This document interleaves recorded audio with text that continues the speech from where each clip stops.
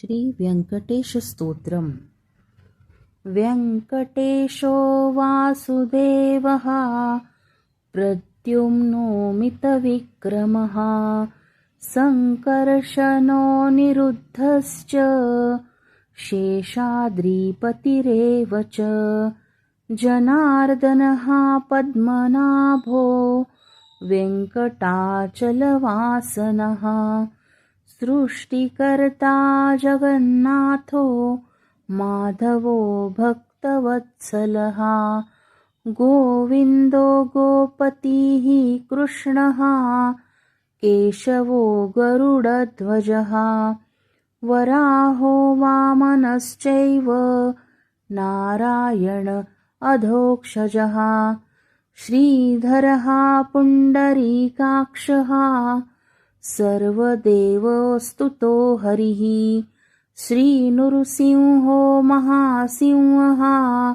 सूत्राकारः पुरातनः रमानाथो महीभर्ता भूधरः पुरुषोत्तमः चोळपुत्रप्रियः शान्तो ब्रह्मादीनां वरप्रदः श्रीनिधिः सर्वभूतानां भयकृद्भयनाशनः श्रीरामो रामभद्रश्च भवबन्धैकमोचकः भूतावासो गिरावासः श्रीनिवासः श्रियः पतिः अच्युतानन्तगोविन्दो विष्णुव्यङ्कटनायकः सर्वदैवैकशरणं सर्वदेवैकदेवतं समस्तदेवकवचं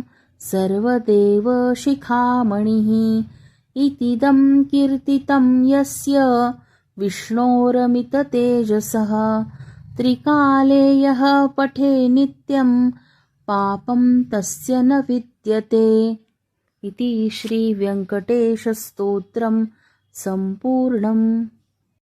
तुम्हाला जर हा व्हिडिओ आवडला असेल तर व्हिडिओला लाईक करा, शेअर करा आणि चॅनलला सबस्क्राईब करायला विसरू नका। श्री स्वामी समर्थ। धन्यवाद।